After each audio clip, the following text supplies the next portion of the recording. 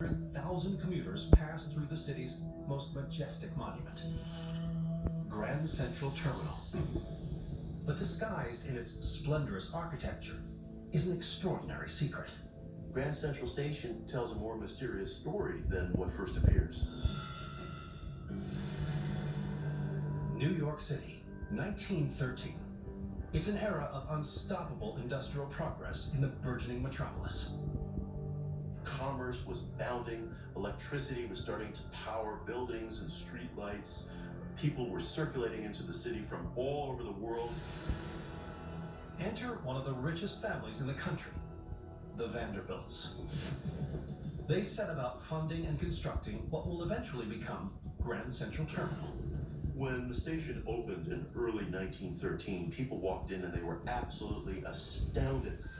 And what really grabs their attention is the colossal astrological mural, which spans the 40,000 square foot ceiling and features 2,500 stars. They had never seen a zodiac mural that looked anything like this. And the administrators of Grand Central proudly boasted that the arrangement of the constellations was so accurate that it could be used to teach school children about the stars.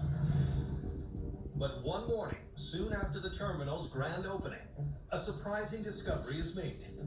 A commuter, who was also an amateur astronomer, noticed that the stars on the ceiling were backwards. The stars were represented in their mirror reversal. And the reversed zodiac isn't the only oddity hidden in the building's design. With the statues of Minerva and Hercules, and its symbols of Mercury, Mercury's wand, the caduceus, the place is a virtual temple of occult and mystical imagery. And to crown it all, a further peculiarity to Grand Central's mural is observed. Not only is the zodiac's design backwards, it also depicts a controversial astrological occurrence. When you look up at that mural, you're actually seeing a transition from one spiritual age, the age of Christianity, to another spiritual age, the New Age, or the Age of Aquarius. Around the turn of the century, many believed that the Age of Aquarius was expected to usher in a new world government, run by a sinister, covert group of the most powerful men in the world, the Illuminati.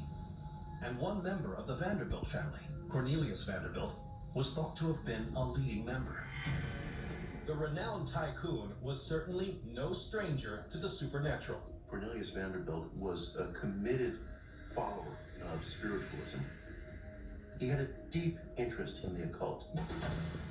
One of Vanderbilt's more outlandish habits was to commune with and seek advice from the spirit world.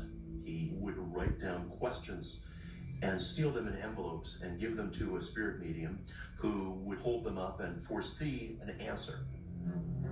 And his spiritualism permeated everything he did, including his business decisions. He was asked in 1870 by a newspaper reporter in New York City how people could follow his footsteps to fame and wealth, and he said, "Do as I do, consult the spirits."